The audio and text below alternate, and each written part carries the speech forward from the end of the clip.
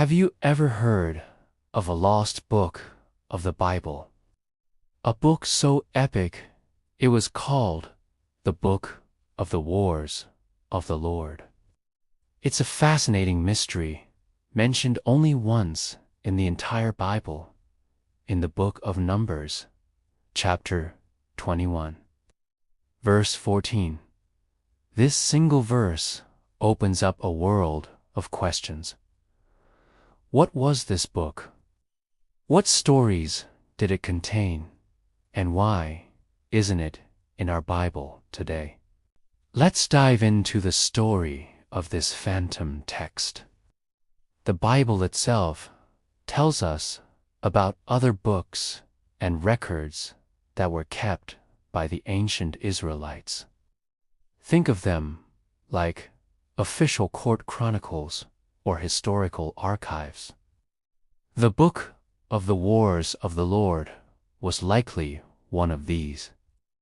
Its name suggests it was a collection of heroic tales, poems, and songs celebrating God's victories and the battles fought by His people. Imagine an ancient anthology filled with detailed accounts of epic clashes, divine interventions, and the triumphs of faith in the face of impossible odds.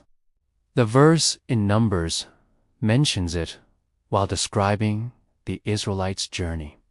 It says, "Therefore it is said in the book of the wars of the Lord, Wahav in Suphah, and the wadis of the Arnon, and the slope of the wadis that stretches down to the dwelling of Ar."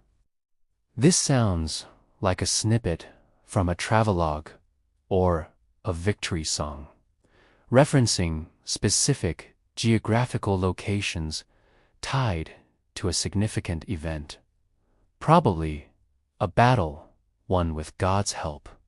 It's like quoting a famous war poem to prove a point or to recall a moment of national pride and divine deliverance. So, what kind of stories might have been in this lost book?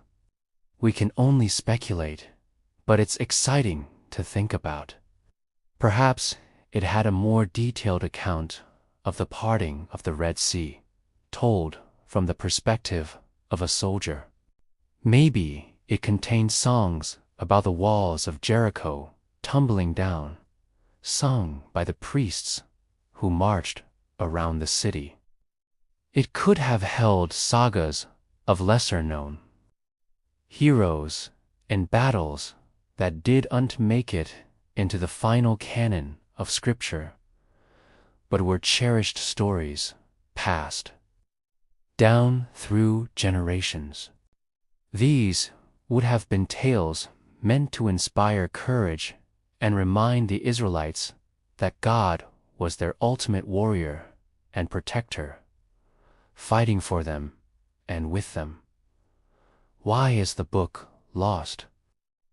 This is the biggest mystery. Throughout history, countless documents have been lost to time. Wars, fires, and simple decay can destroy ancient scrolls. It's also possible that as the canon of the Old Testament was being compiled, the scribes and scholars, guided by divine inspiration, selected the books that were most essential for teaching theology, law, and the overarching story of salvation. The Book of the Wars of the Lord, perhaps being more of a historical or poetic collection, might have been seen as supplementary rather than essential scripture. Its purpose might have been served in its own time, and its core messages were already echoed in books like Joshua, Judges, and Samuel. So, while we may never get to read the book of the wars of the Lord, Its single mention gives us a tantalizing glimpse into the rich literary world of ancient Israel. It reminds us that the Bible we have is a curated library chosen for a divine purpose. This lost book isn't a hole in our faith, but rather a fascinating piece of historical trivia that adds depth and texture to the world of the Bible. It is a testament to a people who celebrated their history and saw the hand of God in every victory. The stories might be lost, but the theme endures. The Lord fights for His people. Thanks for watching. If you enjoy exploring the hidden corners and mysteries of the Bible, don't forget to like this video and subscribe for more content. See you next time.